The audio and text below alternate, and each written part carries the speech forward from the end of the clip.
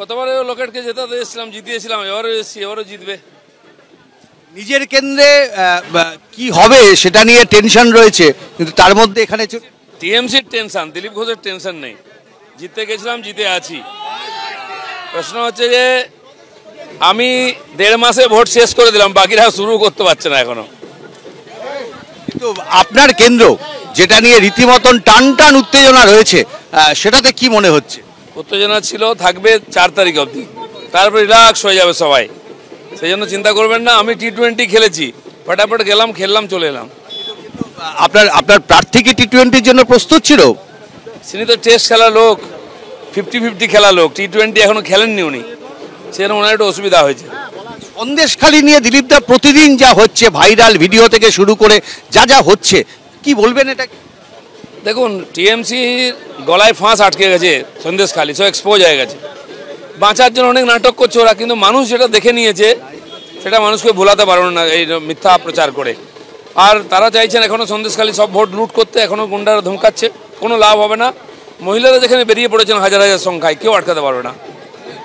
সব মিলে দিলীপদা আপনার চোখে এই মুহূর্তে পশ্চিমবঙ্গে আপনাদের অবস্থা কি? আমরা এগিয়ে আছি, মার্কেটে তো কেউ নেই। মমতা ব্যানার্জির কথা শুনুন, কান্নাকাটি, আবেদন নিবেদন অনেক কিছুই করছেন, যত ভোট এগোচ্ছে হারছেন। আমাদের এলাকায় আমরা জিতে গেছি, এবার ওনার এলাকায় আমরা জিতছি।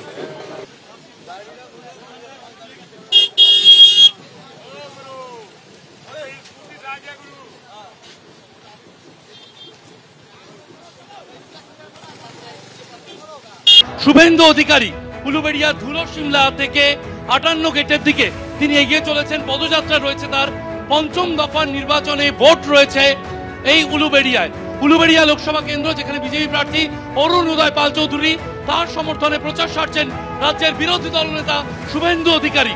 এবং আজকেই শেষ দিনের প্রচারে একদিকে যেমন সকালে এসেছেন শুভেন্দু অধিকারী, বিকেলে সুকান্ত মজুমদার তিনি আসবেন আরেকটি রোড শোর জন্য। শেষ দিনের প্রচার জমজমাট।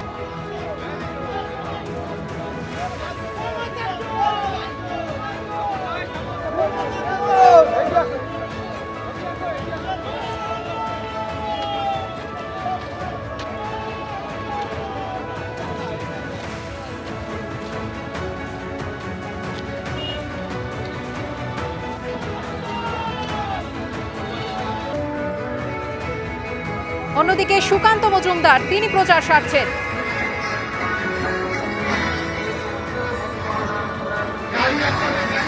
রথীন চক্রবর্তীর সমর্থনে প্রচার করছেন তিনি। নিজের নির্বাচনী কেন্দ্রে আগেই ভোট হয়ে গেছে এবং তারপর সুকান্ত মজুমদার তিনি বিভিন্ন বিজেপি প্রার্থীর হয়ে প্রচার সারছেন।